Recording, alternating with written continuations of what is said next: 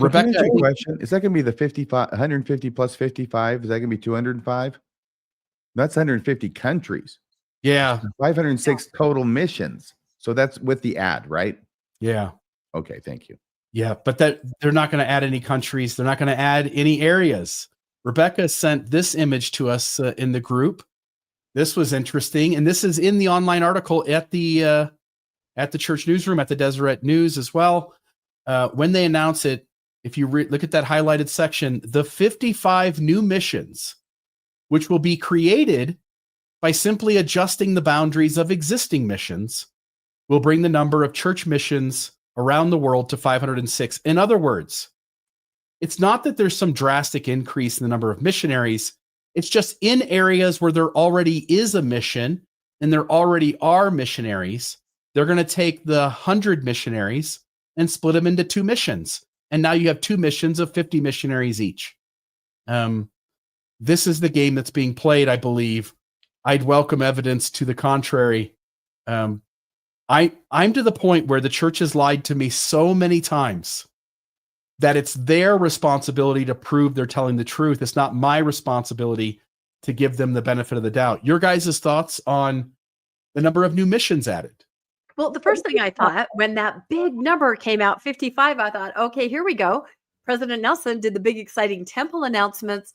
President Oaks is going to be the big, exciting mission announcements. Everybody loves big numbers. But as you said, Bill, this is simply rearranging deck chairs. It's simply a shell game. And as I read through that list of missions, my co-host Landon served in Indiana. He's traumatized still to this day. When he read that his old mission was being divided into another one, Fort Wayne, he just laughed out loud. Exactly what you said, Bill. Same number of missionaries, same number of people interested or not interested, and now 2 missions. But you know what it does accomplish? It's a place to send wealthy LDS couples, right? You got to put them in there. You got to groom them for something bigger. You got to make them feel important. You're talking about his mission presidents, right? I'm talking about mission presidents. Because that's what's hardest on the actual missionaries. Yes, they remain the same as far as their number go, but they need more mission presidents. Yep, they need more mission presidents and senior couples. There's not enough to do in that sense. And so I think that's what they're definitely doing. But yeah, it's all optics and it sounds great and it sounds exciting. But the people on the ground living in it, I think it's going to be more difficult. They're already spread pretty thin. And, like you said, retention is a big problem. So, but I look forward to more announcements. Maybe every conference, it'll be a big, let's announce where the new missions are, right? Something like that. Oh, yeah. Back in 1979, I went on my mission. In 1980, they split the mission. I went to the Kobe, Japan mission, and the church growing and all. We split the mission and created a new mission. It was the Osaka mission. So I was on the other side of the river when it was created. I went to the Kobe mission, came home from the Osaka mission, and that was cool. But that was actually because it was growing. And usually, my recollection, I said it last week, I'll say it again, there was about 200 missionaries per mission. And this, even if those figures were correct, and if my math is correct, I came up with 168 missionaries for the total number of missions, including the new ones. That's rough, but 168, that's a little bit on the shy side. And that's if their numbers were correct. But this is the actual article.